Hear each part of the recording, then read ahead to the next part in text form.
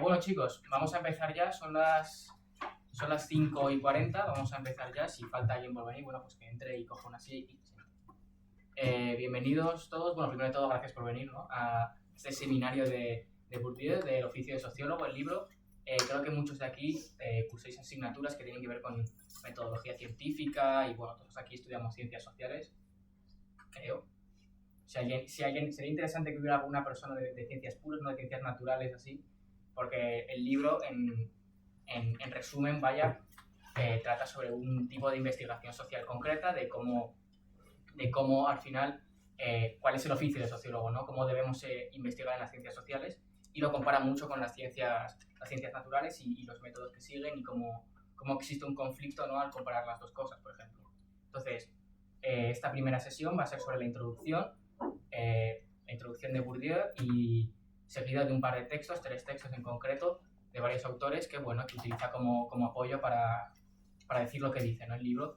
Primero nos va a dar Mario, que sé que nos ha proporcionado la sala y nos ha dado los recursos para organizar esto, así que muchas gracias. Nos va a dar una introducción del contexto de en qué época se escribe el libro, ¿no?, quién lo escribe, quién es Bourdieu, por qué lo escribe, causas, consecuencias, ¿no?, que se preguntan mucho en los exámenes de historia, pues un poco el causas, consecuencias del libro, y después ya nosotros como alumnos, por cierto, está bien resaltarlo, alumnos de segundo de carrera de Sociología y Relaciones Internacionales, vamos a intentar cada uno dar nuestro pequeño punto de vista, si nos ha surgido alguna duda, y pues un poco explicar el libro.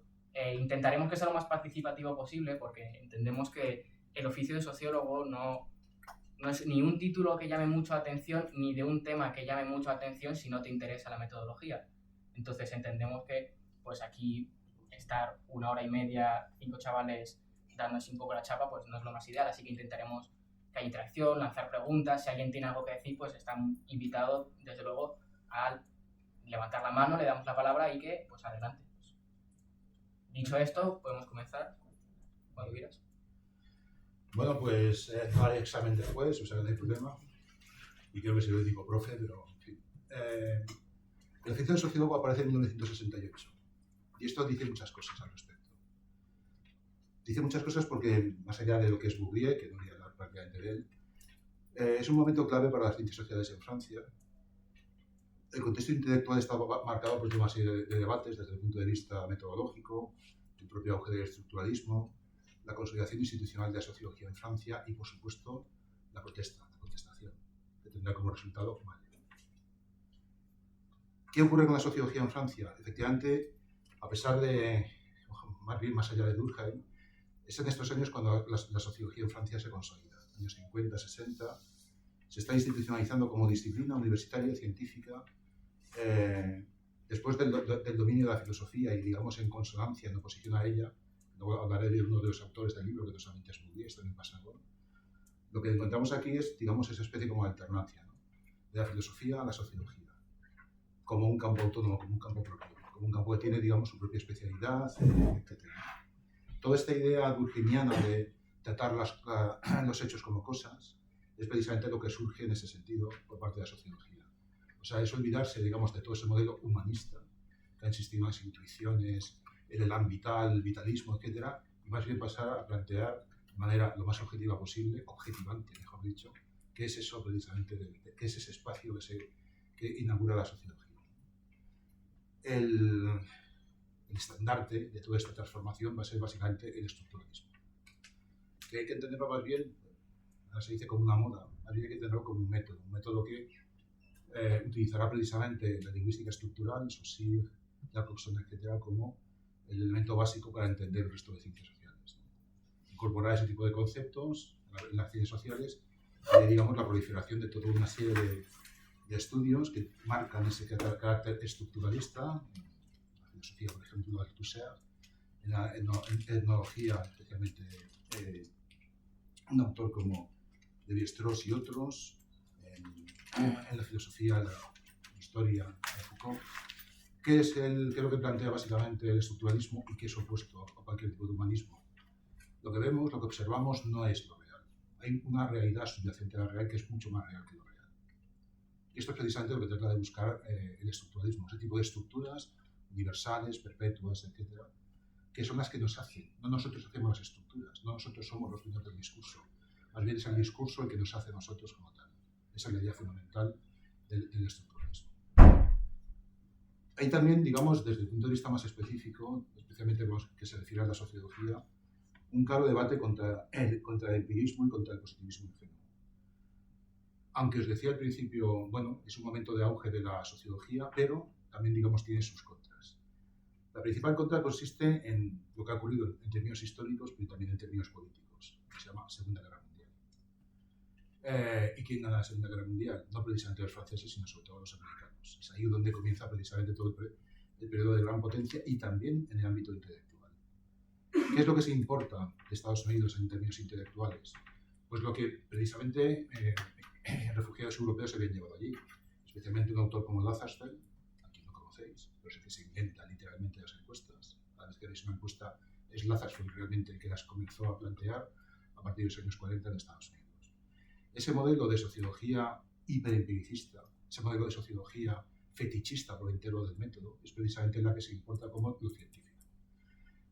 Leyendo otro tipo de libros, por ejemplo, un autor muy curioso, que viene a decir cómo precisamente la CIA es uno de los elementos fundamentales en la exportación de todo este tipo de ideas, incluso también, por ejemplo, de la novela americana, del modelo de pop art, por ejemplo, y otro tipo de corrientes artísticas, robar a París, en este sentido, el centro de la cultura, el centro del arte y, en este caso, también el centro de la sociología.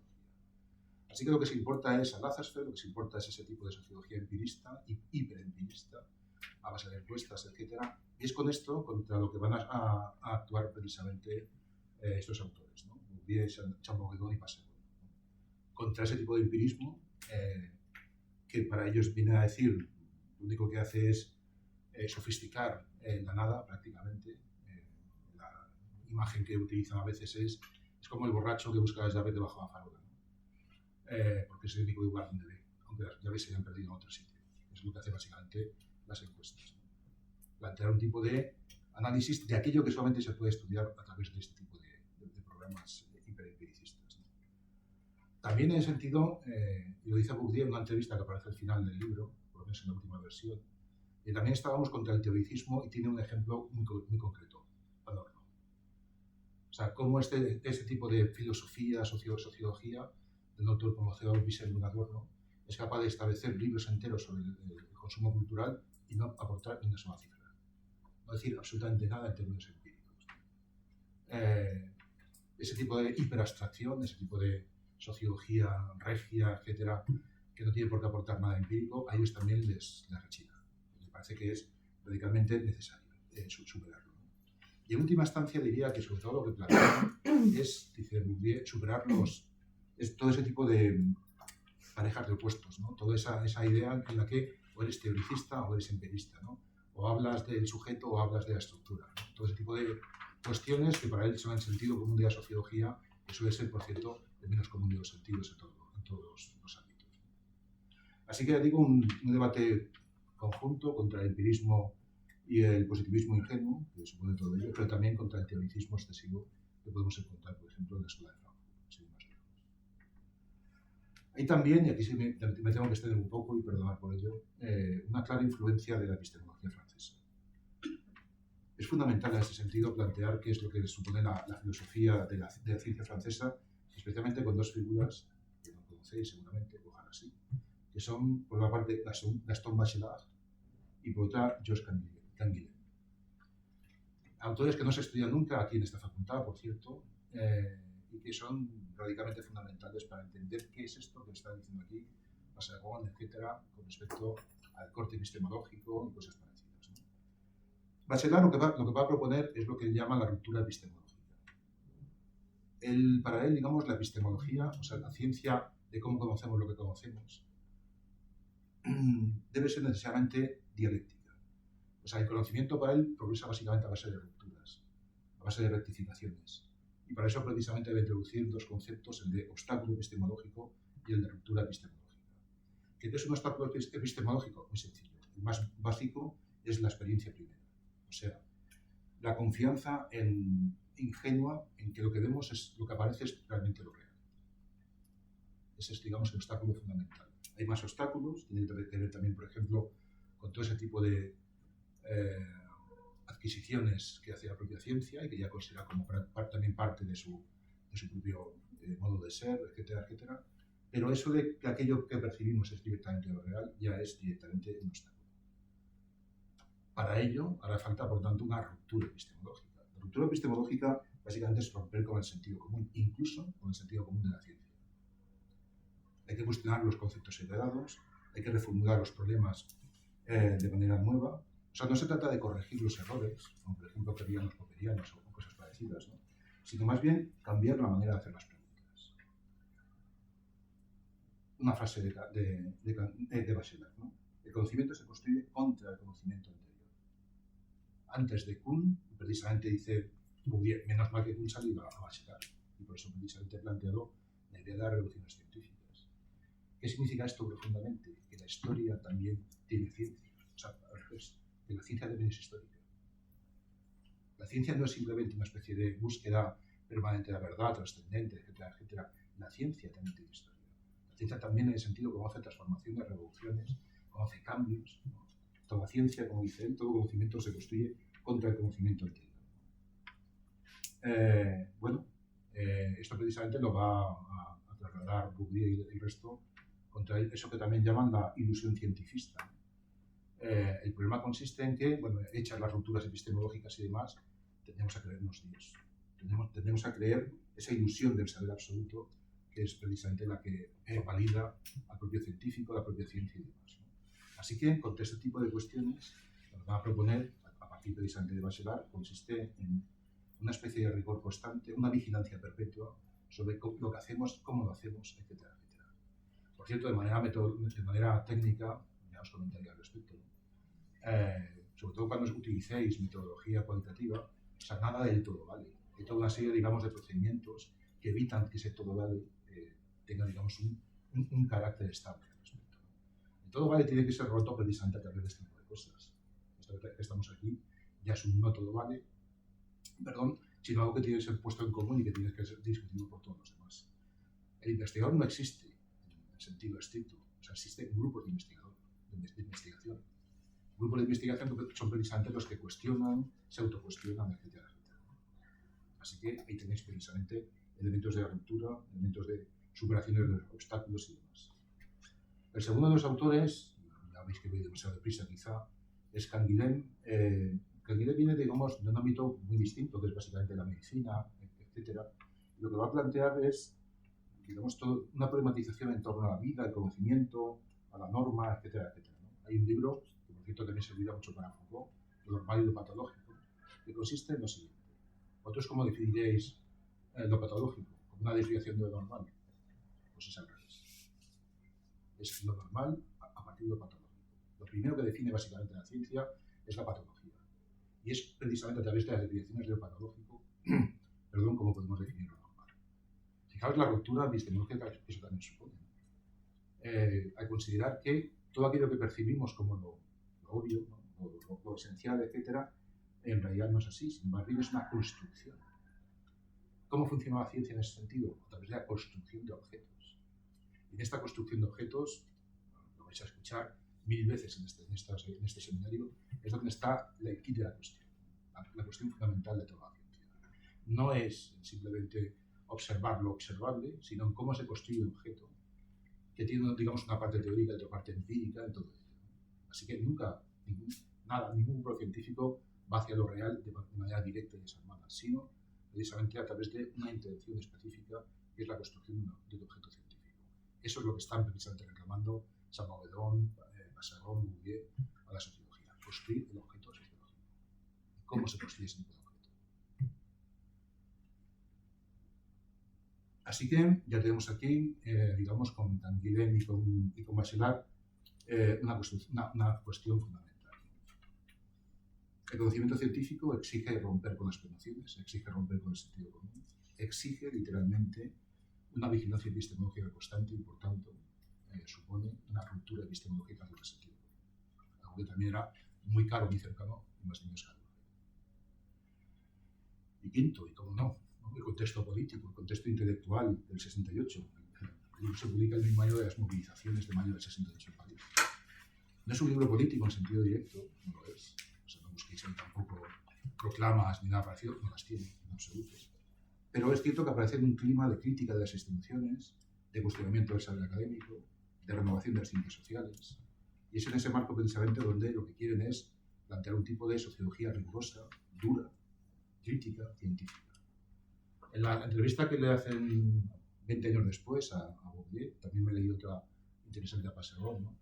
Lo que viene a decir precisamente es eso, ¿no? Lo que no puede hacer la sociología, dice, es de alguna manera plantearse una especie como de criterio humanista, que era un poco la intención que ellos tenían. Dice de repente, no se hace sociología por el placer de sufrir con los que sufren. Una frase contundente, ¿no? El placer de sufrir con los que sufren. Si tú más bien se hace sociología precisamente para desnaturalizar el mundo y para desfatalizarlo. Desnaturalizar el mundo consiste en que todo aquello que hemos heredado, todo aquello que sabemos o que queremos saber, es algo que debe ser cuestionado. Esto es precisamente el elemento fundamental de la sociología. Construir objetos es construir problemas. Ahí donde hay soluciones, hay que construir problemas. No ser solidario simplemente con los que sufren, sino problematizar todo aquello, incluso el propio sufrimiento, problematizar la propia ciencia. Esta es la idea fundamental. De ahí, digamos, que el libro esté lleno de violencia iconoclasta en todos los sentidos. O sea, la ruptura epistemológica, romper con el sentido común, todo ello, como el propio Bourdieu dice de manera autocrítica, es un libro que ha hecho demasiado mal. Ha hecho mucho mal, básicamente porque no ha sido del todo entendido. Es un libro que quiere ser riguroso, pero también al mismo tiempo es un libro muy profesional, en el sentido que conocimos todos los profesores. No hagas esto, no hagas aquello. Cuando no quería ser exactamente eso. Es decir, lo que queríamos era plantear un libro de práctica. O sea, lo que hiciera fuera estimular las prácticas más que un libro de teoría. Aunque finalmente, efectivamente, lo leemos en una medida culpa nuestra como un libro de teoría. Pero no lo es, no era su idea. Por cierto, pero el libro no era un libro, eran tres. Este libro era, digamos, el de los presupuestos epistemológicos, como conocer lo que conocemos. Había un segundo libro que era precisamente el de la construcción del objeto sociológico, y un tercero que sería, digamos, el repertorio crítico de los instrumentos. ¿Por qué no se hizo? Bueno, pues, según Bourdieu no se hizo precisamente porque, si hubiéramos hecho el segundo y el tercer libro, hubiéramos aceptado algo que no queremos aceptar, que es esa distinción tan típicamente académica, y por cierto anglosajona, entre teoría y práctica. Passerot no está del todo convencido con esa explicación. Es cierto que hubo desavenencias entre ellos, y Passerot viene a decir, no, el problema es que yo me dejé llevar demasiado por plantear un libro así, muy teórico, cuando en realidad lo que quería básicamente era pasar a la segunda fase. Y de hecho, uno de los libros de Passerot, un autor aquí completamente desconocido, que me doy el lujazo de reivindicar aquí, va a consistir justamente en esto, ¿no? En plantear esa construcción del objeto de la ciencia social, que por cierto va a ser siempre un objeto histórico. Lo dejo ahí, no puedo explicar más al respecto. Y bueno, en un momento dado también Bourdieu, y aquí acabo por ahora, lo que va a plantear, digo, es 20 años después cómo reconstruiría yo el libro. Dice, me he dedicado a otra cosa completamente distinta. Ten en cuenta que el libro, le decía al entrevistador, ten en cuenta que el libro está hecho también en la época contra cierto tipo de gente, contra especialmente ese empirismo y positivismo ingenuo de Lazar Feliottos que nos estaba invadiendo. Ahora quizá habría que hacer otro libro distinto. Ahora habría que plantearse qué es lo predominante en términos de ciencia social. Habría posiblemente que actuar contra ello. Todavía sigue existiendo ese modelo empirista, etcétera. Aquí lo tenemos, por ejemplo, con el CIS campeador, que lo llamo yo, y todo ese tipo de encuestas, etcétera, ¿no? Que llegan a aburrir a cualquiera. Que fijaos cómo en cualquier caso lo que hacen es encajonar radicalmente los problemas sociales, ¿no? ¿Usted vota o no vota? ¿A quién va a votar? ¿No? Esa es toda la política, por ejemplo. ¿Es usted ecologista? Esas preguntas a mí me encantan, ¿no? Estuve trabajando para el CIS y era la pregunta que llevábamos. No solamente no sabe, no contesta, sino que inventamos una nueva tecnología que era en SPC. No sabe, pero contesta. Yo creo que se adaptaría justamente a ese tipo de cosas. Decía, sí, efectivamente, habría que replantear el libro radicalmente, habría que comenzar, digamos, a ejercer esa parte empírica que realmente no ejercimos y demás. Eso es lo que quizá habría que rehacer con el libro, y no sé si en ese sentido ese tipo de seminarios también pueden servir un poco para este tipo de cosas. Hay también otra cuestión, y ya se lo dejo aquí, que en cierta forma reivindica, y es muy difícil porque, bueno, está ahí, digamos, larvada, pero no es del todo clara, que consiste, digamos, en la idea del socioanálisis. ¿Me explico? Metodologías, que no estéis aquí, que eso explica. Que básicamente los grandes grupos, metodologías quant y quanti, se oponen, se apoyan, ¿no? Esa especie como de buffet libre, donde uno va eligiendo, etcétera, etcétera, ¿no? Una de las cosas que precisamente dijo Canguilhem, también en ese sentido suscribe Bourdieu, es que eso de elegir nada. El objeto no se construye simplemente a través de elecciones de metodologías, el objeto hay que construirlo epistemológicamente de una manera concreta y demás, pero no me voy a meter más ahí, ¿no? Pero lo que sí que voy a es a lo siguiente. ¿En qué se parecen curiosamente las metodologías qual y quanti? De manera sospechosa, una cuestión muy simple. Las dos, a fin de cuentas, lo que hacen es extraer información.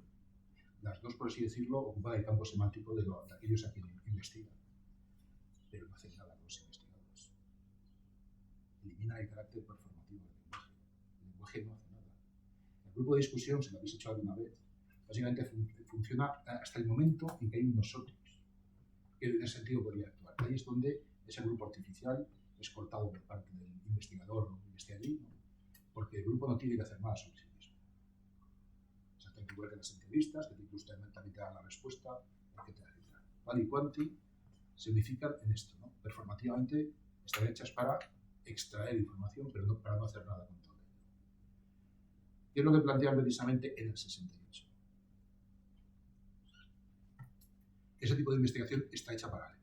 Está hecha precisamente para rescatar el carácter performativo de la gente que investiga.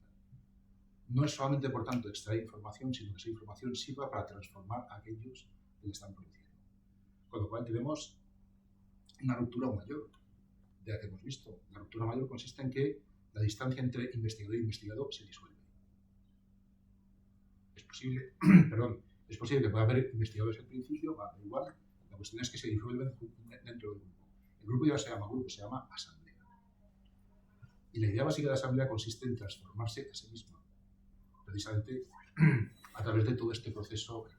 Esto es el socioanálisis y esto es lo que en última instancia, en cierta forma, Massergon, Bourdieu, colegas, etcétera, querían plantear. ¿Dónde se produjo por vez primera un modelo de socioanálisis? En la Universidad de Nanterre, marzo 68.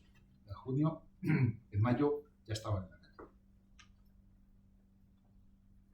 Así que esta es la idea de la ruptura. No solamente, por tanto, una ruptura epistemológica, rigor, etcétera, etcétera, es también una ruptura política. La sociología como un arma, tal y como dice precisamente como un arma política, tal y como dice precisamente en el film este que le hicieron. Bueno, ese es el contexto y vamos a ver el libro. Bueno, si tenéis, claro, cuestiones, preguntas, planteamientos, por supuesto estamos a todos ellos, todos nosotros. Bueno, si nadie tiene nada que decir, a mí me gustaría...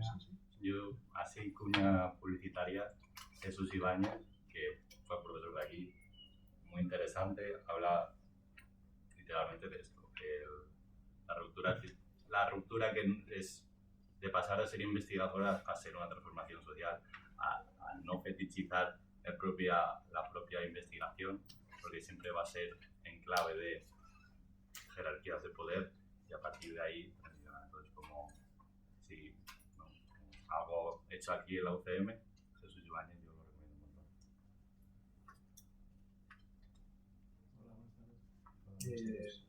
Hola, me gusta mucho esa crítica que has señalado de Bourdieu hacia esa tendencia de la sociología en sus primeros pasos, por así decirlo, a teorizar.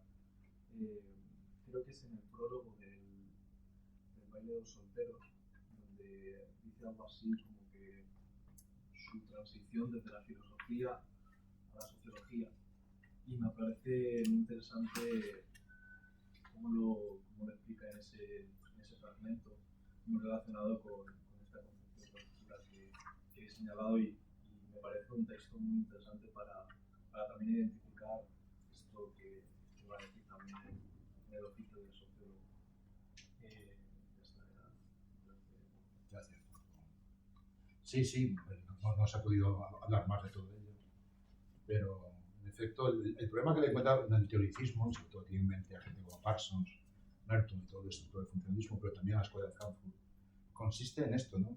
Primero, digamos, también en realizar toda una serie de objetos de investigación que son, por así decirlo, objetos áuticos, ¿no? Objetos de corte, más o menos, ¿no? Cuando él, precisamente, lo que está reivindicando, y antes lo comentaba antes de empezar todo esto, la gran cantidad de estudios empíricos que tiene, y cómo precisamente de estos estudios empíricos lo que tratan es, digamos, de identificar todo ese tipo de aspectos aparentemente inocuos y mínimos, etcétera, pero donde se puede encontrar justamente lo universal. ¿Qué es esto? Porque le preguntan, bueno, entonces, ¿usted es partidario de hacer leyes y tal? Bueno, depende de lo que quieres entender por ley, ¿no? Pero la idea, en última instancia, la idea científica consiste, en última instancia, en descubrir, incluso en lo menor, por ejemplo, el consumo de cualquier tipo de cosa, aspectos mayores como puede ser un sistema de clases. Cómo el sistema de clases se refleja justamente, dice de manera muy gráfica, muy irónica, ¿no? Tiene un sentido de humor muy peculiar, ¿no?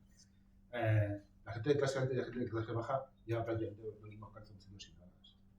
Pero en cambio, la forma externa de vestir es completamente distinta. Entonces, ¿por qué? ¿No? Es la pregunta. Ahí tienes una construcción de un objeto, en sentido estricto. La fotografía, porque es un arte de la clase media, que quiere emular precisamente con algo. El que es fotógrafo, además, y no aficionado solamente. Esa es la idea. O sea, evitar este tipo de teoricismo, ¿no? Por ejemplo, la industria cultural, la Dornico Heimer, que hablan del sentido áulico y grandes perspectivas históricas, sino partir precisamente de aspectos concretos aparentemente mínimos, reivindicar este tipo de elementos aparentemente mínimos como objetos perfectamente válidos para la ciencia social. En ese sentido. Por cierto, Ibáñez le conocí, muy en un sitio, pero bueno, 6 años ya. Y una de las cosas que nos comentaba y que antes apenas sí he mencionado y demás, consiste en, y esto me he pegado con bastantes colegas al respecto, sobre todo de metodología. No sé a vosotros qué os he enseñado, pero aquí lo que se enseña básicamente es eso, ¿no? Que cuando se habla ya de las metodologías y las técnicas, da la sensación de que es una especie de buffet libre. Uno escoge un tipo de técnica, más o menos la adecua a aquello. La adecua no solamente al objeto, sino digamos también al sujeto que va a investigar.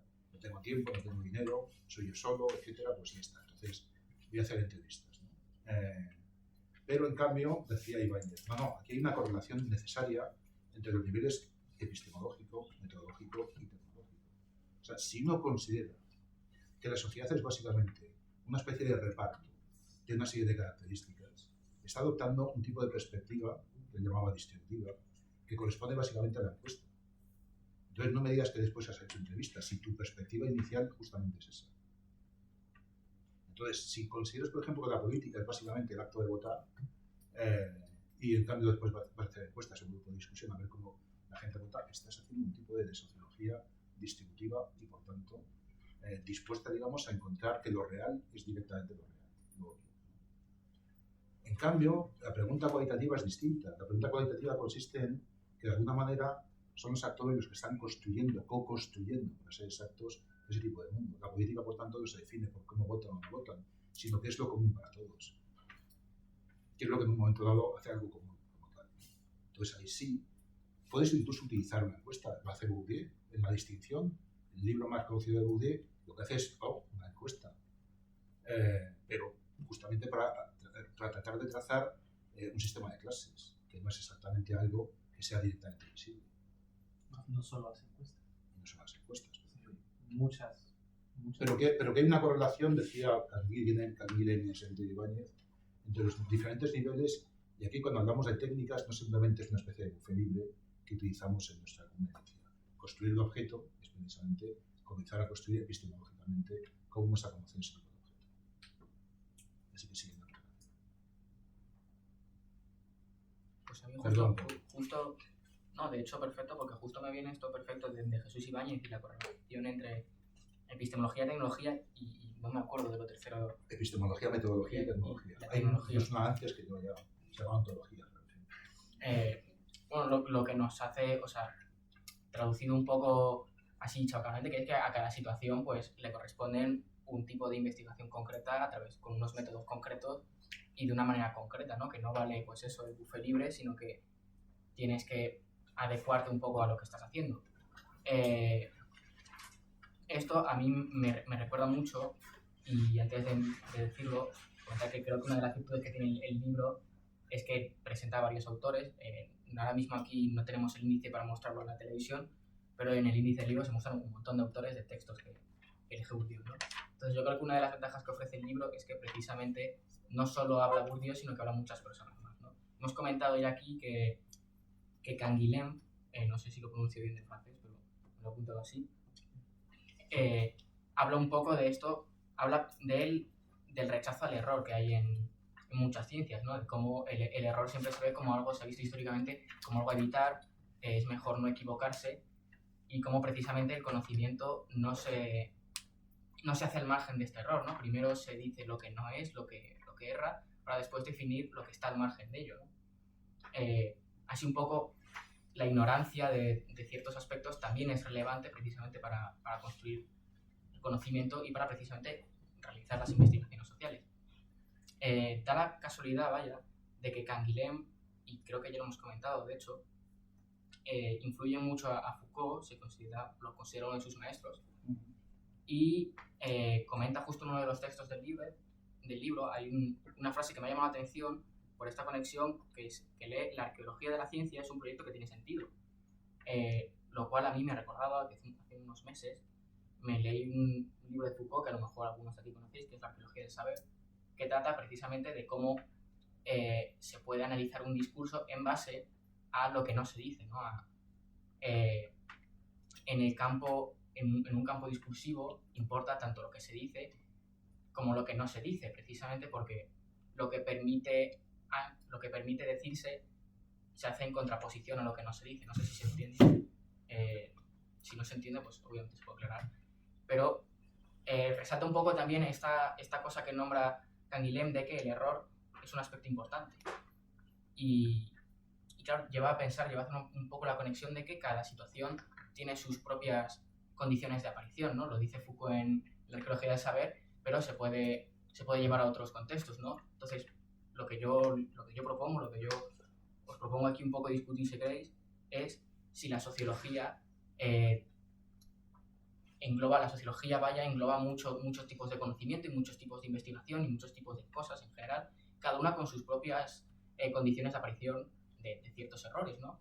Entonces, ¿hasta qué punto tiene sentido discutir la investigación social en la sociología sin tener en cuenta precisamente que, pues a lo mejor una sociología histórica necesita métodos que se adecúen mejor, técnicas que se adecúen mejor, ¿no?, a lo que es, pues, la sociología histórica, ¿no? No definir la sociología como este campo en el que se puede coger cualquier cosa, ¿no?, como este buffet libre de técnicas, de tecnologías y tal, sino que dentro se pueden definir varios campos en los que también merece la pena discutir cómo investigar dentro de ellos. No sé qué os parece. No sé si tenemos una discusión luego con esto, pero por ejemplo, si planteamos la sociología desde la sociología histórica, ¿no?, desde un punto de vista marxista, el campo de aparición de ciertos errores que pueden influenciar lo que se dice, lo que no se dice, lo que se conoce y lo que no se conoce, es distinto de si tomamos otro tipo de perspectiva respecto al tema, ¿no? No sé qué opináis, no sé si aquí hay alguna opinión fuerte con respecto a ello. Si alguien quiere decir algo.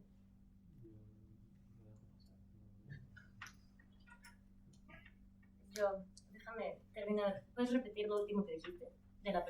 A partir de la perspectiva seguro entiendo lo que acaba de decir. A partir de la perspectiva que adoptas para investigar algo, para estudiar algo, descubres distintas cosas.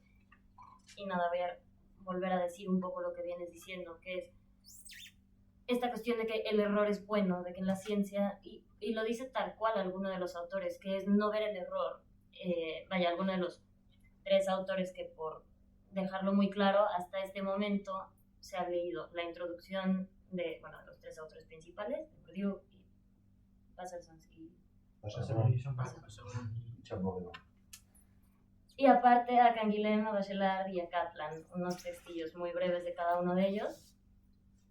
alguno de ellos lo que dice es no temerle al error, no tenerle miedo, no tener miedo a cometer errores en la ciencia, que claro, es una cosa que al investigador, al académico, le pasa muchísimo. Y entonces es en la cosa matemática meterte y cambiar tu alfa y tu nivel de significación para poder aprobar tus datos, ¿no? Y no tener miedo a que ocurran esos errores, porque cada que llegas a un error, al final de cuentas estás conociendo algo nuevo. Tu error te orienta hacia nuevo conocimiento y es una cosa tan didáctica y tan académica, y es que Julio llega muy bien a su objetivo de crear un libro tan pedagógico, tan académico, tan metodológico, pero no metodológico en el sentido en el que lo dice, sino metodológico de cómo enseñar la sociología y de cómo acercarse a ella. Eso. Yo creo por volver a lo de lo que no entiendo, no termino de entender cuál es la asociación con el marxismo que vas a hacer. La asociación que hago es que al final el conflicto social se puede tomar desde perspectivas muy distintas y cada una de ellas tiene sus propias concreciones a la hora de analizar. Por lo que no se puede o lo que se ignora más bien, creo que llamarlo laguna es lo más adecuado. Las lagunas que puede haber en una teoría marxista, aquello que no se dice, que no se puede decir, ese error, eso que no se analiza, nos permite precisamente ver lo que sí se analiza, lo que sí se puede decir, lo que sí está permitido que surja a la luz, ¿no? que se imprima en un libro y se distribuya por todas las tiendas. Pero en cambio, si ese conflicto social lo analizas desde otra perspectiva, obviamente pues las condiciones de aparición de ciertos errores o lo que se dice o no se dice cambiará. A lo que voy un poco es que no solo importa discutir si la sociología en sí necesita un método, no necesita un método, necesitamos utilizar este tipo de método de vigilancia que plantea Bourdieu, sino que en cada concreción, en cada investigación en concreto, ¿no? Un poco lo que volvemos a lo de Jesús Ibáñez. En cada caso concreto no vale simplemente no tengo dinero y hago una entrevista, ¿no? Cada tipo de conocimiento, cada acercamiento al conocimiento, a la realidad, a esa cosa que llamamos realidad que nadie sabe lo que es, cada acercamiento requiere de sus propias técnicas y requiere de sus propios métodos, porque al final, pues lo que he dicho, ¿no? Depende de la perspectiva que escojas, puede o no puede haber ciertas cosas que erren, que no se digan, ciertas lagunas, ciertos resquicios de ignorancia que puedan surgir, ¿no? Si puedo introducir ideas distintas. Sí, claro. A mí me ha surgido, mejor es demasiado como profundo en base a que es la introducción del libro, no sé si... Pero el caso es que, hablando de la metodología y de que en teoría toda investigación sociológica debería tener tanto su base teórica como epistemológica. O sea, me surge la duda, también con lo que has mencionado del CIS, la sociología tiene que tener solo un papel, es más una duda que un hecho. Pero la sociología, como en la actualidad, por ejemplo, el CIS, se dedica a hacer una encuesta y simplemente decir lo que dice la encuesta sin plantear nada más allá. O bueno, el propio Bourdieu, por ejemplo, cuando hace, no sé, por ejemplo, todos sus estudios sobre la educación en general van orientados simplemente a señalar las desigualdades y la reproducción del capital cultural por parte de una de las clases para transformarla en capital económico, pero simplemente menciona el hecho que sucede y ya está. O sea, mi cuestión, a ver si sería más bien, la sociología tiene que tener un papel como activo en buscar esas soluciones, o simplemente tiene que mostrar y desarrollar problemática y dejarla de lado. En verdad, Bueno, No te preocupes. en verdad, de cierto modo, Bourdieu define la sociología como una ciencia que su rol, digamos, es revelar las cosas que incomodan en la sociedad, las cosas que no se dicen. De cierto modo, al hacer su estudio sobre educación, la sociología ya está cumpliendo esa función, está cumpliendo un poco lo que Bourdieu siente que se supone que debe ser la sociología, que debe ser revelar cosas ocultas que no nos muestran normalmente pues, las estructuras de poder o lo que tú quieras, ¿no? Lo que se está investigando en cuestión. Que intervenga y luego... Sí, bueno, yo era un poco en general. Bueno, no sé si quieras ser el único, pero yo, por ejemplo, estoy en tercer grado de sociología y aún todavía, si se me pregunta qué es la sociología, me cuesta responder. Sí.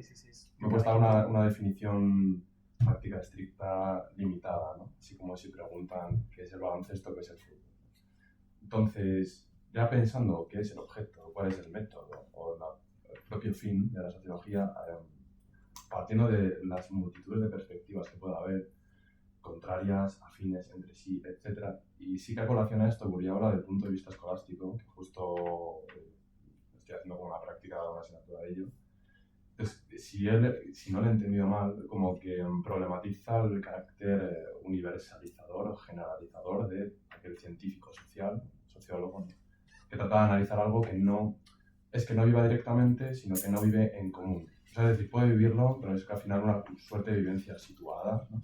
Es decir, que no podría generalizar aquello que piensa como común, porque hay una perspectiva, digamos, individual. Entonces, quizás el problema de la definición, o pienso, de la construcción del objeto de la sociología es que no sé siquiera si hay una suerte de objeto común, definible igual para todos. Puede haber una problemática, o una especie de afección diferente a X suerte de persona, pero ya la aproximación general de una comunidad que no sea simplemente elitista, escolástica, no sé yo si quizá eso pudiera llegar a ser, o al menos hoy por hoy no lo he visto. Entonces ahí el problema sí que de lo que venimos hablando, de la metodología y del objeto de todo esto.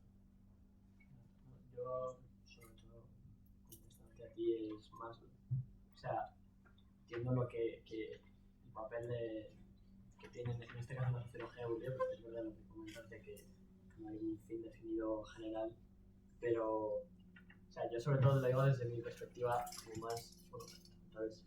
Muy poco experimentada en la sociología, el hecho de que, o sea, si idealizando un poco el papel del sociólogo, a mí me gustaría hacer cosas que tuvieran una influencia real más allá de simplemente desvelar las estructuras subyacentes a... O sea, sé que es una cosa bastante idealizada e idealista, pero o sea, creo que la sociología, que creo que porque un poco este método no trata porque simplemente pasa por el camino de simplemente desvelar lo que ocurre, creo que la sociología sí que puede tener este papel de ruptura o de cambio con las estructuras subyacentes que ella misma está desvelando. O sea, no sé cómo porque no entiendo, no termino de conocer el contexto, pero creo que una vez que Bourdieu desvela o parece mostrar lo que, por ejemplo, el ejemplo que he puesto antes de la educación como método de reproducción de desigualdades, o sea, entiendo, me gustaría pensar que una vez desvelado esas desigualdades se pueden alterar o cambiar. No sé si es una cosa muy idealista o que simplemente no toca al sociólogo realizarlo. No sé si me estoy explicando, pero eso es. Si quiero hablar de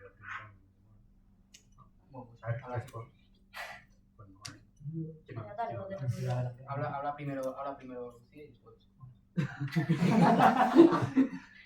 No hay favoritismo.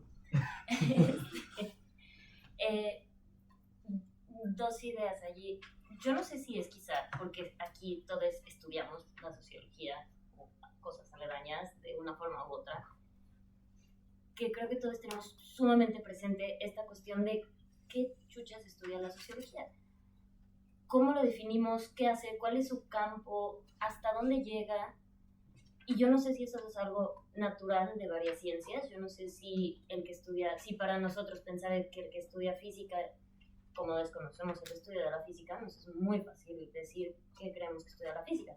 Y si la estudiáramos, claro que le diríamos, uy, pero eso es química, eso no es física, como aquí decimos, es que eso es antropología.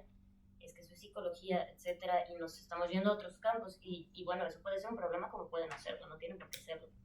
Claro, cuando se plantean trabajos, cuando busquen como el oficio del sociólogo, evidentemente sí es el sujeto a definir, ¿no? Pero en la práctica, y ahí migro a ti, Miguel, en la práctica no creo que tenga que ser algo, no creo que tenga que ser un obstáculo. Entonces tú preguntas, ¿acaso la sociología se va a quedar en la teoría? Corrígeme si me equivoco. Pero preguntas eso y digo esto, ¿y qué hago con eso? Vale, hay todas estas cosas malas en el mundo y podemos hacer 10.000 estudios sobre ello y podemos dejarlo más que en evidencia. Entonces aquí sabemos perfectamente todo lo que está mal en el mundo, ¿no? Eso no hace falta. Pero ¿y qué hacemos con todo este conocimiento?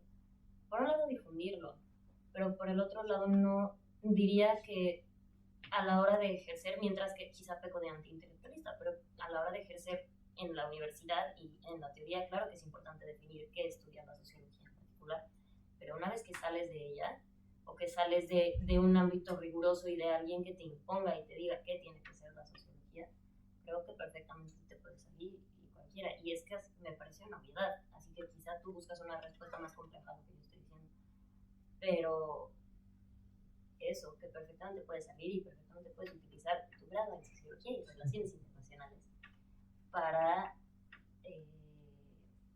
llevarlo más allá, ¿vale? Para ejercer, y entonces a partir de haces un estudio con el CIS y entonces encuentras que las mujeres opinan esto y los hombres esto, vale, ¿por qué? Entonces haces otro estudio y averiguas cuál es la causa para que unos crean una cosa y otros otros, y entonces hablas con un pedagogo y con un psicólogo social y les dices cómo cambiamos el que los hombres crean esta cosa mala y las mujeres no, porque vale, implementemos esto, y hablas con uno de administración pública y política pública y la implementas en un modo ideal.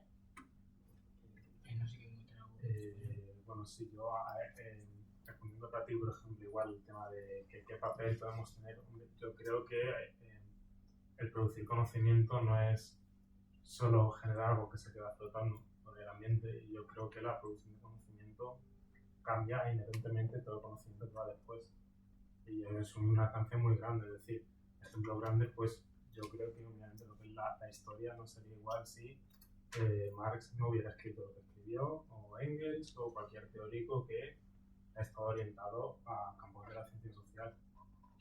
Los escritos de Freud han sido utilizados también, por ejemplo, en muchos países para determinados proyectos políticos o proyectos sociales. Entonces, obviamente, yo creo que la producción de conocimiento genera una reflexividad en sí misma. Creo, si le estoy diciendo es decir, es reflexivo. El conocimiento que después va a tomar en cuenta tu conocimiento y va a cambiar también, y tú vas a cambiar haciendo ese propio conocimiento. No es un poquito lo que hemos dicho también aquí, ¿no? El tema de que tú, cuando haces una investigación, no es el mismo cuando has empezado y cuando has acabado, ha generado un cambio en ti. Yo creo que eso ya es papel suficiente. Ahora, el sociólogo yo creo que se encuentra con la aspiración a cambiar el mundo con los límites de su propia existencia. Pues sí, yo como ser humano a lo mejor no puedo solucionar el hambre, pero bueno, pues a lo mejor a través del conocimiento podemos contribuir en todos de poquito en poquito, y yo creo que es trabajo suficiente. Diría que creo que también como sociólogos estamos limitados por el hecho de que es una ciencia social, en el sentido de que no podemos tomar acción muchas veces de los problemas que vemos. Y si tomamos acción, ¿cómo es que tomamos acción? La forma en la cual decidamos tomar acción es política. Y si es política, es opinión. Y si es opinión, ya no es ciencia. También este trabajo, yo creo que un sociólogo es ser muy cauteloso al hablar de este tema, de realmente juzgar si al proponer soluciones se va a mantener esa especie de imparcialidad, o si nos resignamos un poco a ese rol de neutralidad, de ciencia, de vale, vamos a intentar desvelar las cosas y que alguien más haga el trabajo de, si es que están interesados, lo cual normalmente no, pero a cambiar las cosas, de hacer bien a la sociedad.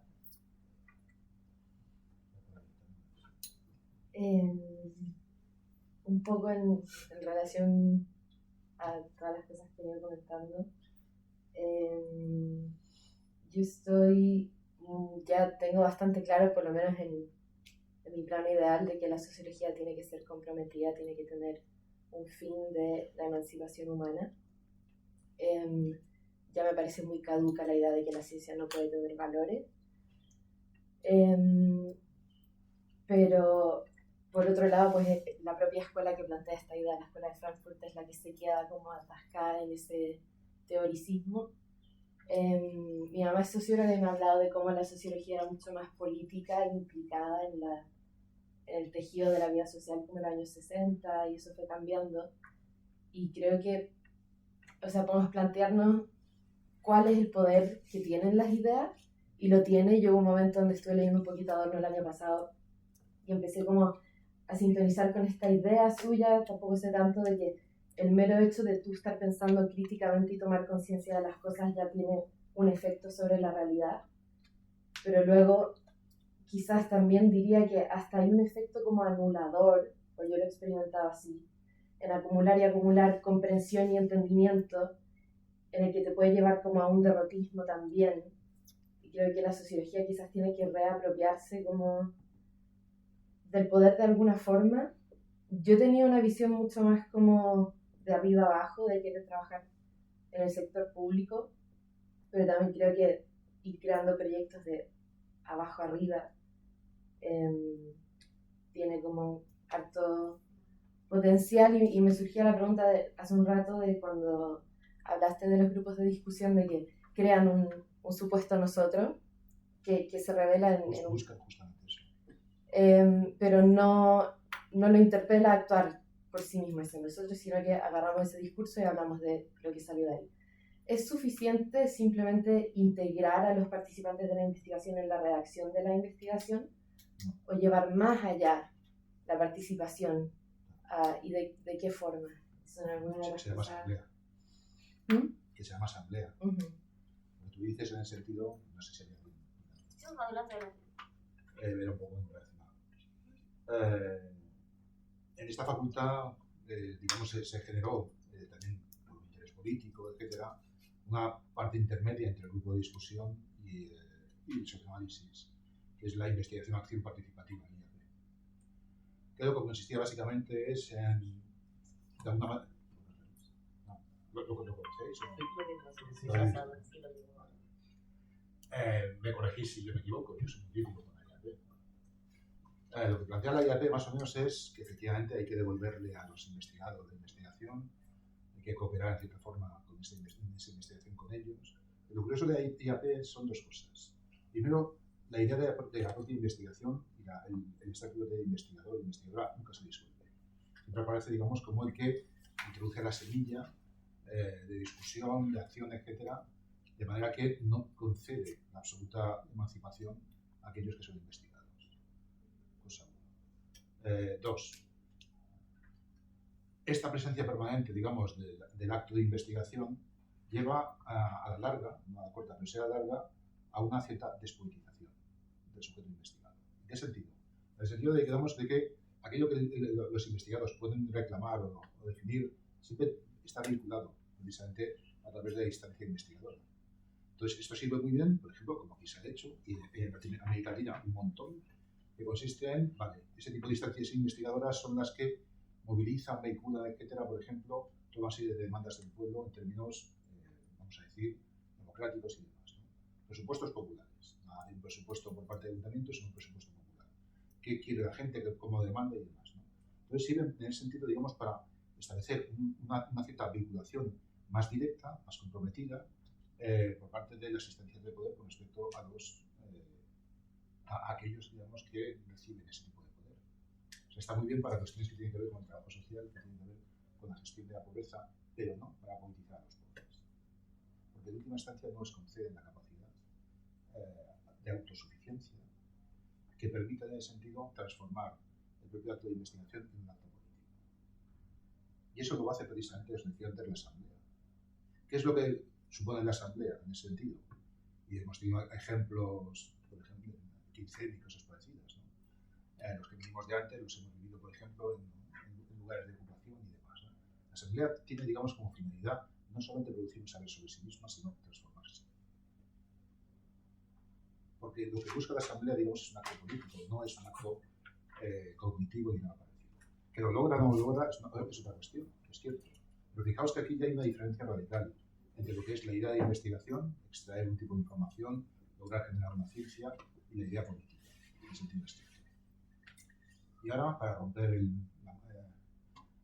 digamos, los iconos establecidos y utilizando el criterio iconoclasta de Bourdieu, pues está introducido por la sociología. La sociología no ofrece, dice Bourdieu, ninguna de las satisfacciones que la adolescencia necesita en términos de posicionamiento político. La sociología no ofrece ninguna de las satisfacciones que la adolescencia busca a menudo del compromiso político. Así que olvidaos de ese tipo de cosas. ¿Por qué? Porque cuando te comprometes políticamente y dices aquello de investigación militante, en realidad estás haciendo más militancia que investigación. A ver, la sociología es una ciencia, trata de ser una ciencia, no trata de ser un posicionamiento político. Pero ¿qué ocurre? Que precisamente porque la sociología es una ciencia de lo social, lo primero que tiene que descubrir la sociología son las instancias de poder, incluso las instancias de poder científico. Y esta es la clave fundamental de la cuestión, en ese sentido, ¿no? ¿Por qué la sociología, dice Bourdieu, es tan incómoda, genera tanta animadversión? ¿Por qué siempre me están diciendo que hablo demasiado y demasiado complejo, etcétera, etcétera? Porque es necesario. Porque es necesario. Porque precisamente en este tipo de construcción de una ciencia, lo que hay que hacer es deconstruir todo tipo de objetos preconstruidos, todo ese tipo de saber común que se nos viene encima. O sea, en ese sentido os diría, sí, la sociología es una ciencia que será política, pero de forma indirecta, no de forma directa, no a través de su posicionamiento específico. Así que nos sirve, como estaba diciendo antes, para buscar un compromiso que los adolescentes reclaman. Sirve para hacer ciencia, pero ese tipo de ciencia es justamente la que va a permitir, como tal, destruir o deconstruir los aspectos básicos del poder. Y ahí no se pide militancia, lo que se pide es rigor. Y esto creo que es fundamental en todo el libro, en ese sentido. O sea, lo que se pide es rigor, y cuanto más rigor consigas, digamos, mejor vas a lograr precisamente deconstruir esos efectos de poder. Otra de las formas de decirlo de Bourdieu, brutales. Cuando a la sociología se le pide una función, en realidad lo único que se está pidiendo es que sirva el poder. Si se le pide una función, entonces pierde su carácter científico, pierde su carácter de comprensión de las cosas. Si se le pide algo, como hacen por ejemplo los Yankees, como ha hecho desde el principio, ha hecho la escuela de Chicago, etcétera, ¿no? Una sociología aplicada, un departamento aquí que se llama así, por cierto, es, a fin de cuentas, digamos, una hipótesis de poder, lo que está como tal planteando. Su función científica es comprender el mundo social, comenzando por el poder. Cuanto mejor lo comprenda, más es posible destruirlo, más es posible cuestionarlo. Cuando dicen, bueno, entonces usted es muy determinista porque lo que plantea son leyes. Bueno, en fin, ¿qué significa eso de ley? ¿No? Primero, la ley es básicamente histórica. Entonces, cuanto más conozcamos la ley, más herramientas tenemos precisamente para deconstruirla, para cuestionarla, para plantear otra forma de ley completamente distinta.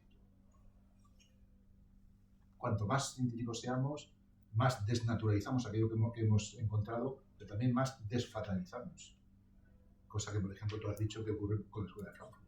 Es una escuela necesariamente fatalista, no puede ser de otra forma, por esa manera en que tiene precisamente de tratar los asuntos del poder. Una instancia que supera por entero a los individuos, ¿no?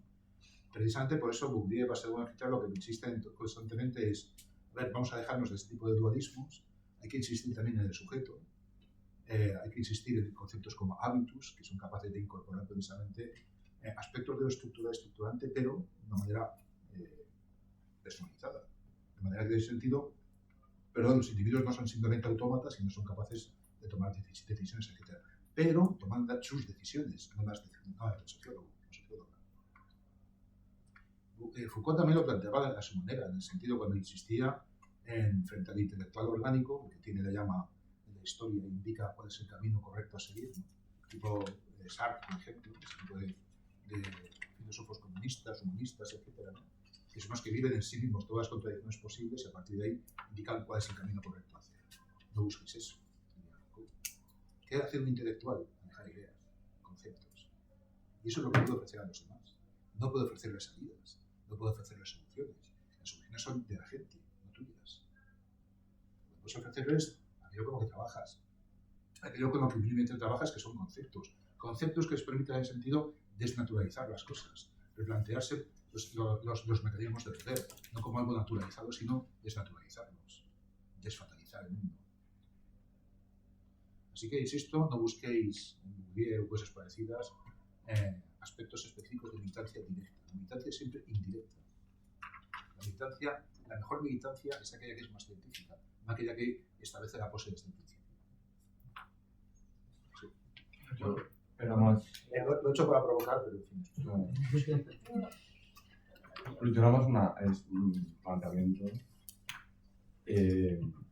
Bueno, hablando de que las herramientas que maneja la sociología o ciencia social, por lo general son conceptos. Si no me equivoco, Gustavo Bueno hablaba de un cierre categorial como, digamos, criterio científico. No sé. Entonces, partiendo, no sé yo, la consideración o tu opinión en particular, Mario, de la ciencia o el carácter científico de la sociología, sabiendo que sus herramientas son los conceptos y estos no están cerrados o están en conflicto de significación, digamos. Pues por ahí va el asunto, que es una duda que yo tengo de por sí, que no sé cómo responder. Bueno, es muy buena. Porque está abierto a... Ya. Cambio era otra cosa, entonces. No, pero sí. Adelante. Cierre categorial, conceptos cerrados, conceptos fijos. Sí, pues corrígeme si me equivoco, pero te entendido que hasta el mismo Bourdieu dice que hábitus no es un concepto estático, que él diseña esta idea que en realidad evoluciona durante toda su carrera como un punto de partida del cual se puede elaborar nuevos conceptos y se puede diversificar la propia ciencia, la sociología.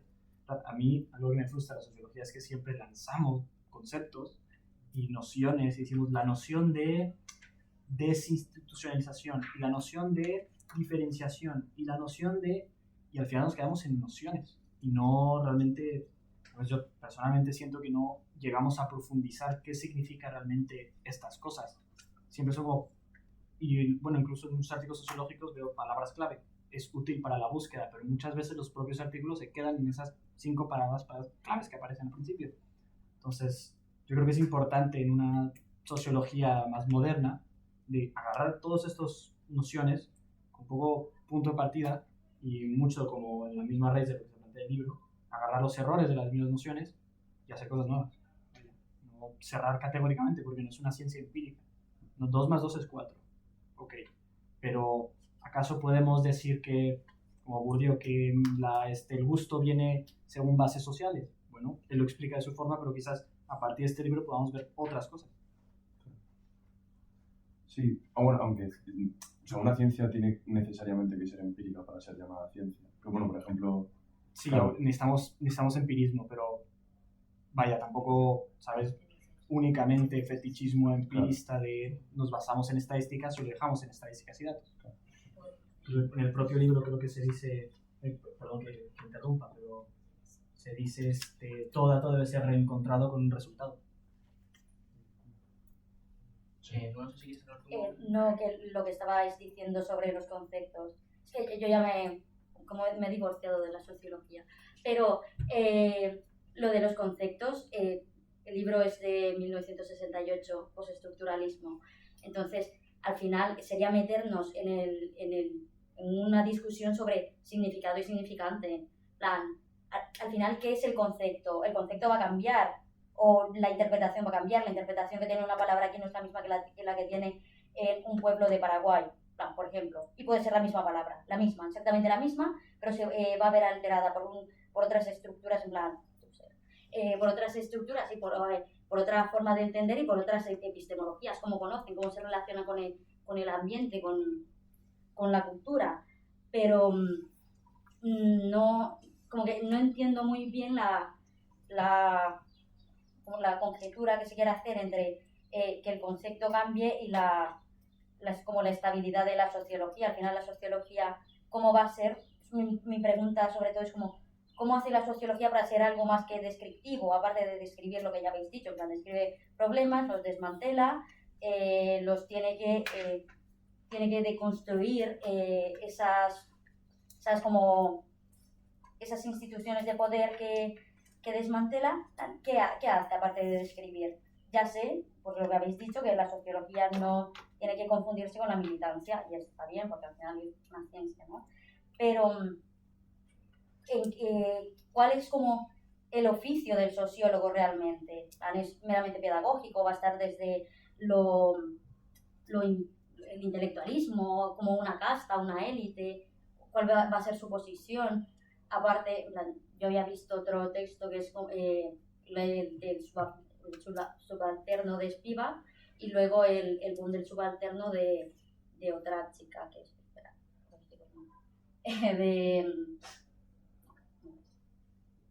bueno, de otra tía que se llama apellido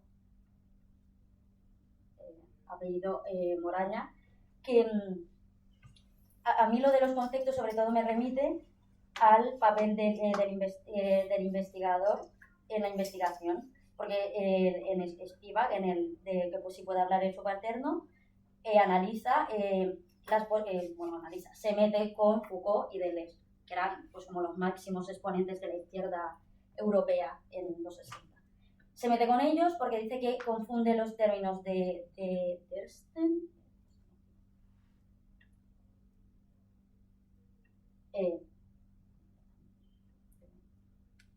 bueno, confunde dos términos alemanes, se supone.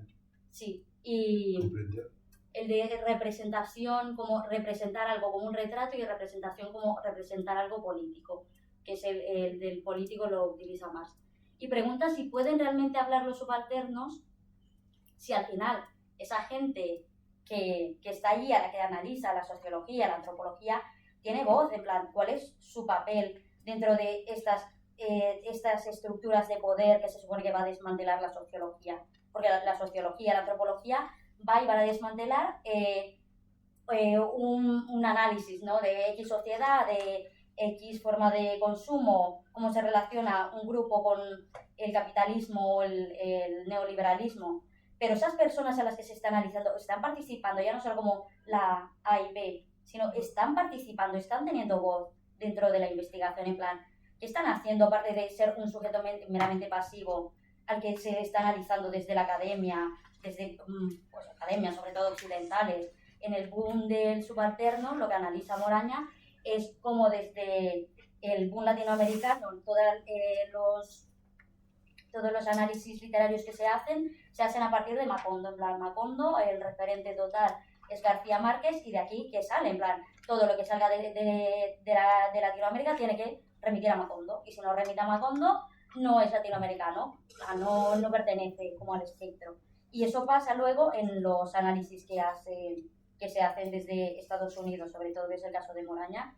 Menciona que estos estudios culturales o estudios sociológicos que se hacen en Estados Unidos realmente no tienen en cuenta al subalterno, al ser al que están analizando. Y yo entiendo que aquí nos estamos refiriendo al oficio del sociólogo y cuál es su objeto de estudio y por qué lo estudia. Y luego las preguntas puestas son más o menos en plan, ¿qué se va a hacer con ese estudio? Pero ¿qué pasa con el sujeto al que se está analizando? En plan, el objeto está participando realmente o simplemente está allí porque nos causa intriga y vamos a por él.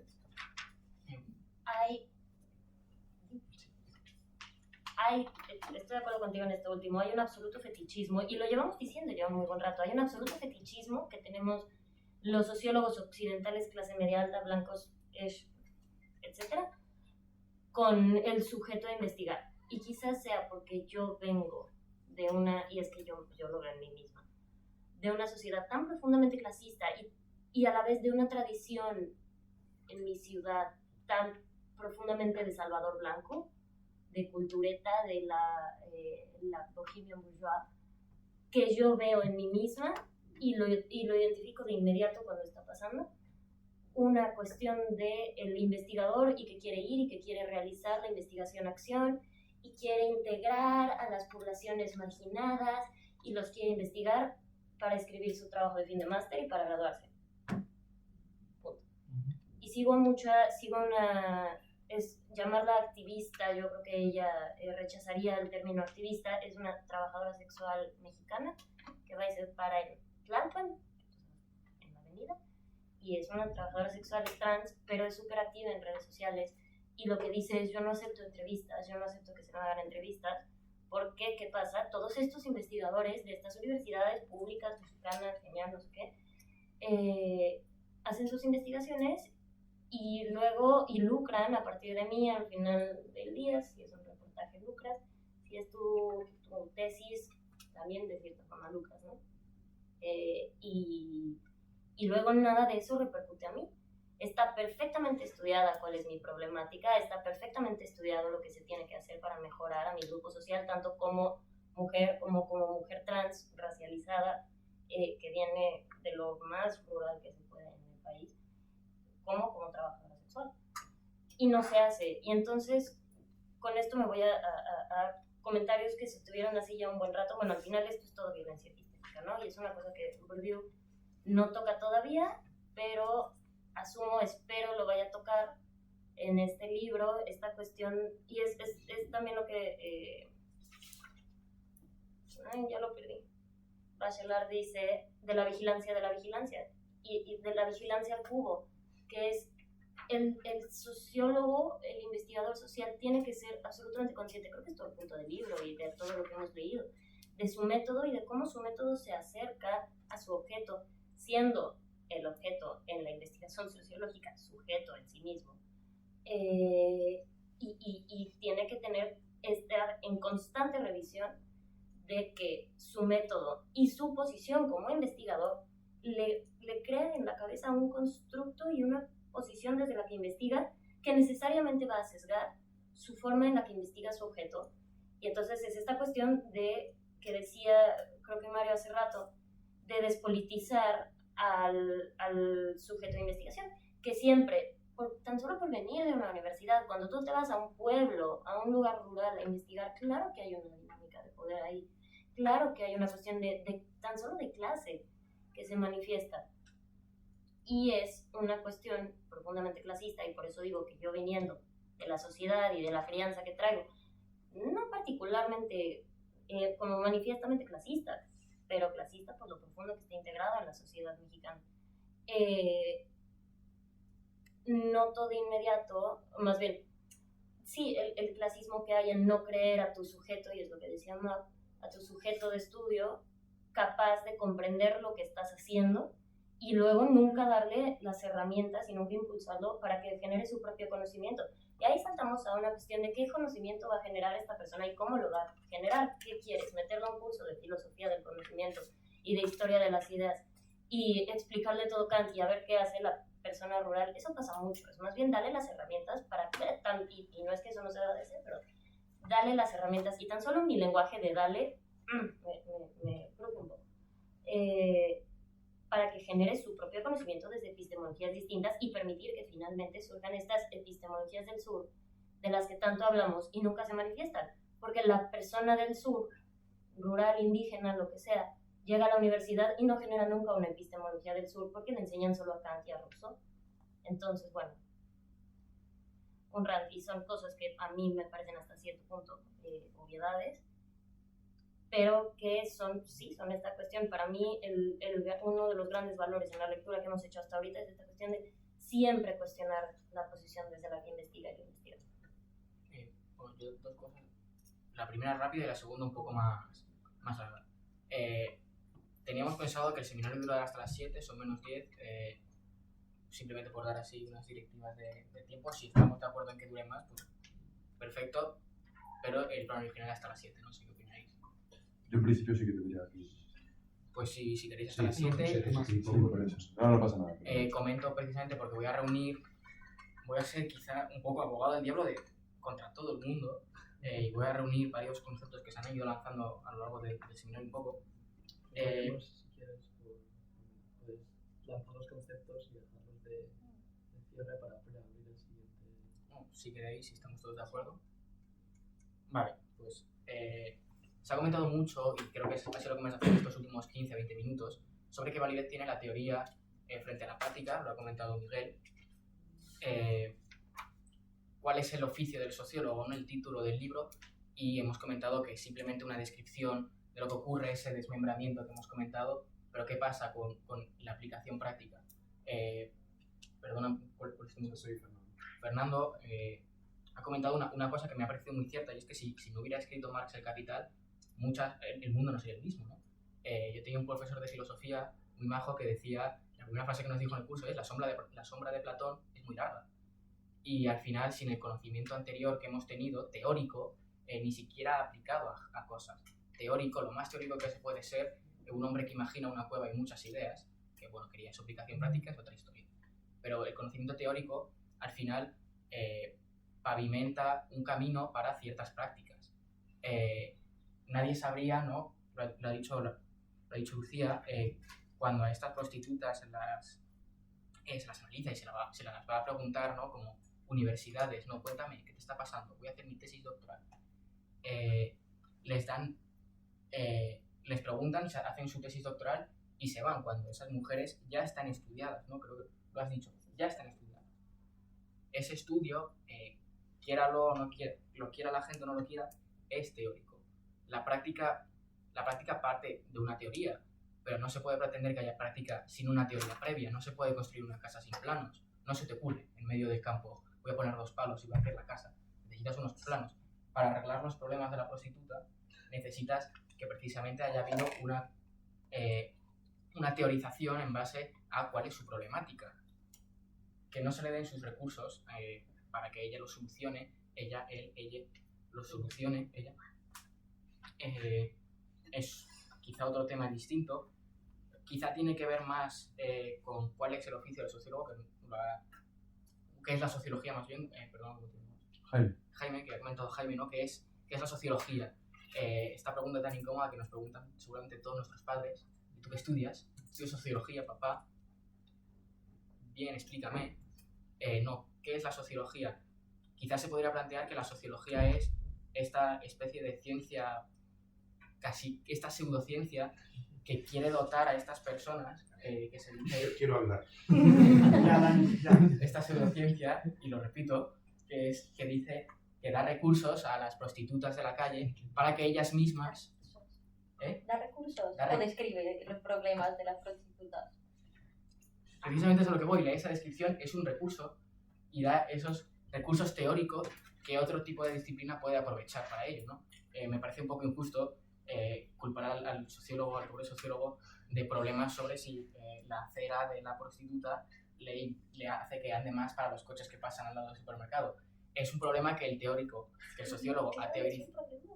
Es un problema que el teórico sociólogo ha teorizado, pero cuya gestión depende de otro tipo de disciplina. Entonces, yo la descripción quedaría de: papá, ¿qué estudio?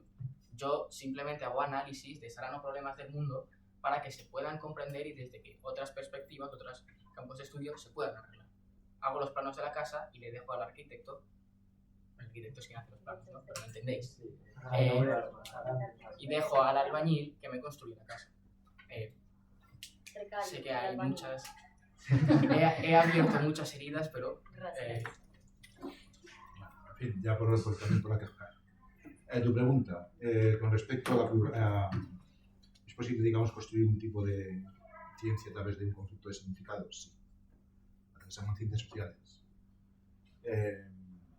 Cuando más escribo precisamente El Capital, crítica de la economía política, lo que está planteando en el sentido es, a diferencia de lo que han hecho los economistas clásicos, que es construir este tipo de conceptos fijos, a partir de los cuales establecer leyes, que son trascendentes, universales, etcétera, etcétera. Dice, no, el problema precisamente en la ciencia económica, economía política, consiste en que los conceptos tenemos que construirlos dialécticamente, y explico por qué dialécticamente, con 2 vertientes. Por una parte tienen que ser conceptos lógicos, pues en cita que estén encazados entre ellos, que sean capaces, por tanto, de apelar a lo real de una forma u otra, etcétera, que también son históricos.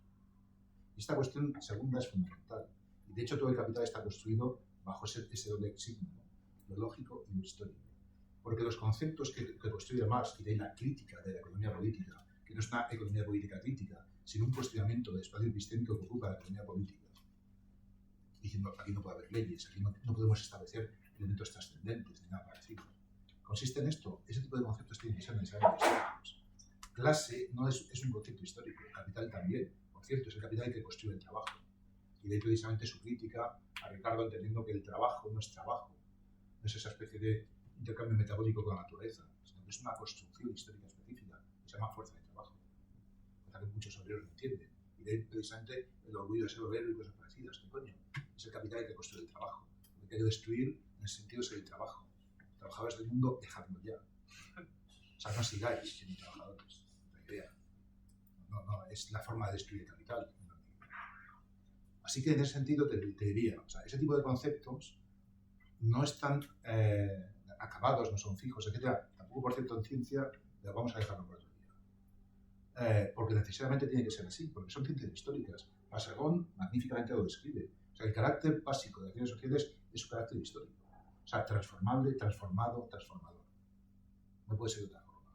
También por eso, precisamente por eso, Basagón, en la entrevista después, dice, lástima que no pudimos hacer un oficio de sociólogo, habla en este sentido de la pluralidad teórica. Dicho por un francés, dicho por un tipo blanco, etc. La pluralidad teórica consiste básicamente en eso. O sea, no va a haber una única teoría, en sentido hegemónico, y cuando la ha habido, nefasta, que se llamaba estructura del funcionalismo, o cosas parecidas. O sea, no puede haberla en el sentido de que la sociología es un espacio de luchas. Como no es toda ciencia, por cierto, ya que estamos hablando aquí de sociología, es un espacio de luchas. Es un campo. Es un campo. ¿Qué carácter tiene el campo? Justamente esto, el ser un espacio de luchas. Donde, de alguna manera, la ciencia tiene historia, os he dicho antes, la ciencia tiene historia. O sea, tiene historia significa que hay revoluciones, que hay luchas en el sentido por imponer unos modelos u otros, etc. Y ellas nos están comentando precisamente qué otras luchas existen a la ciencia social, que no solamente la que existe en academias y demás, ¿no? Dicho esto, y también de nuevo para ver la sociología, humildemente quiere ser una ciencia social, no es una bendición política, nada parecido. ¿Qué es lo que ocurre con todo esto? Que precisamente como la sociología habla de algo que puede hablar todo el mundo, y que además todo el mundo lo hace de una manera performativa, porque cuando se habla de sociedad, si os dais cuenta, nadie habla con un sentido simplemente descriptivo, sino con un sentido performativo. La gente, cuando se habla de sociedad, cualquiera, incluso muchos de aquí, hablan con un sentido de debería ser.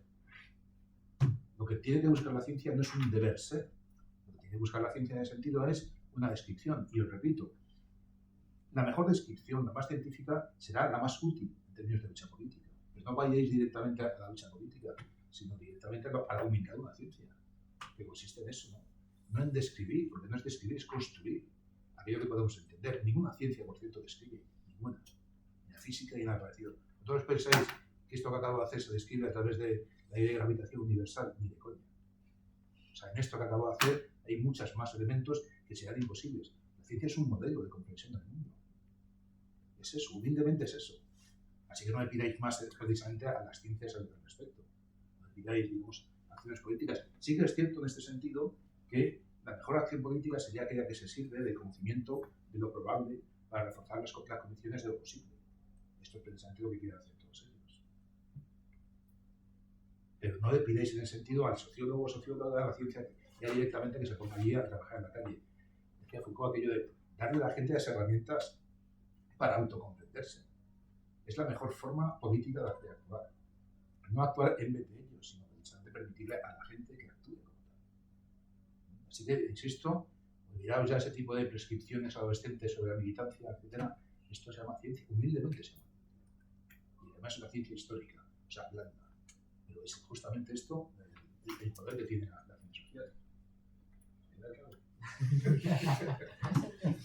Si más o menos hemos dicho lo mismo. Sí, pero... Bien. Bueno, pues muchas gracias por venir, chicos. Os esperamos en las siguientes sesiones si os apetece pasar. No, dijiste que el calendario. hay un calendario, sí. Como de fechas. Sí, hay un calendario de fechas. En el cartel, cada 2 semanas, no sé, estamos a día 25, pues en 14 días la suma la hace cada uno. El 11. Os esperamos en el mismo lugar, a la misma hora. Con más preguntas y con las mismas ganas. Si queréis, para los que quedan, los premiados, como en los vídeos de YouTube, los premiados del final pueden escribir en los comentarios y si quieren leer lo que nos toca la primera parte y los textos. ¿Tenéis algún correo electrónico donde nos quieran mandar?